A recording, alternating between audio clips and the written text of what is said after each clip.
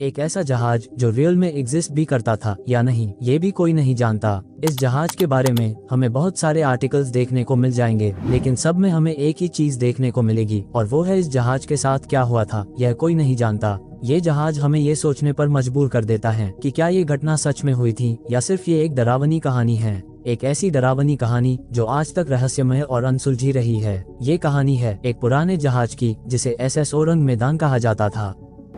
SS orang मैदान एक cargo ship था जो 1940 के दशक में साउथ ईस्ट एशिया के समुद्र में यात्रा किया करता था। कुछ रिपोर्ट्स के अनुसार ये जहाज एशिया के समुद्र में व्यापार करने के लिए भेजा गया था। इस जहाज का काम कार्गो को एक जगह से दूसरी जगह पहुंचाना था और इसका रूट साउथ ईस्ट एशिया के बीच था। जब ये जहाज अपनी यात्रा पर था तब कुछ अजीब और अनोखा घटित हुआ।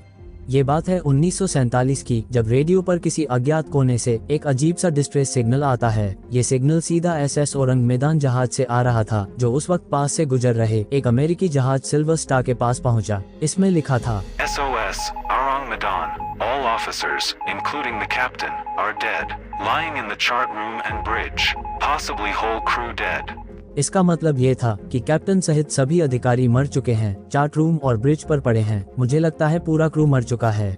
इस संदेश के बाद समुद्र में खामोशी छा गई और जहाज के सभी लोग ये सुनकर भयभीत हो गए। उन्हें ये समझ में नहीं आ रहा था कि आखिर ये संदेश किसने भेजा और ये इतना भयानक क्यों था। सभी लोग सोच में पड़ गए कि आखिर क्या हुआ उस जहाज में। ये सब जानने के लिए सिल्वर स्टार के कैप्टन ने तुरंत बचाव अभियान शुरू किया और SS ओरंग मैदान की तरफ अपने जहाज को रवाना कर दिया।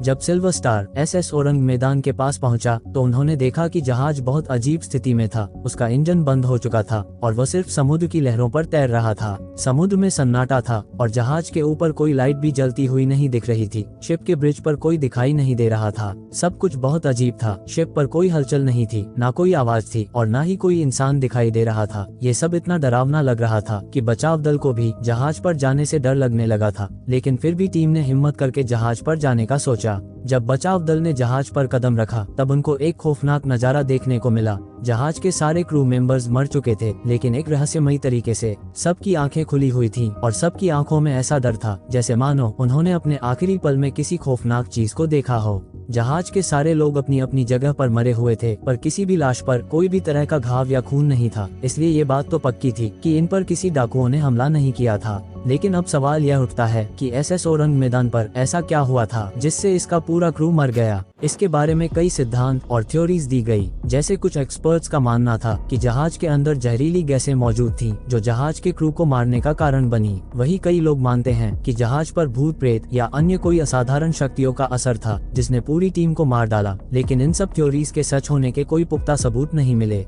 हैरान करने वाली बात तो ये थी कि जब बचाव दल अपने जहाज पर वापस लौटा तब अचानक से इस जहाज में आग लग गई और उसमें एक जोरदार धमाका हुआ। फिर पूरा का पूरा जहाज समुद्र में समा गया, पर समुद्र में इस जहाज के होने के कोई प्रमाण नहीं मिले। यही वजह है कि कई लोग इसे भूतिया जहाज के नाम से भी जानते हैं।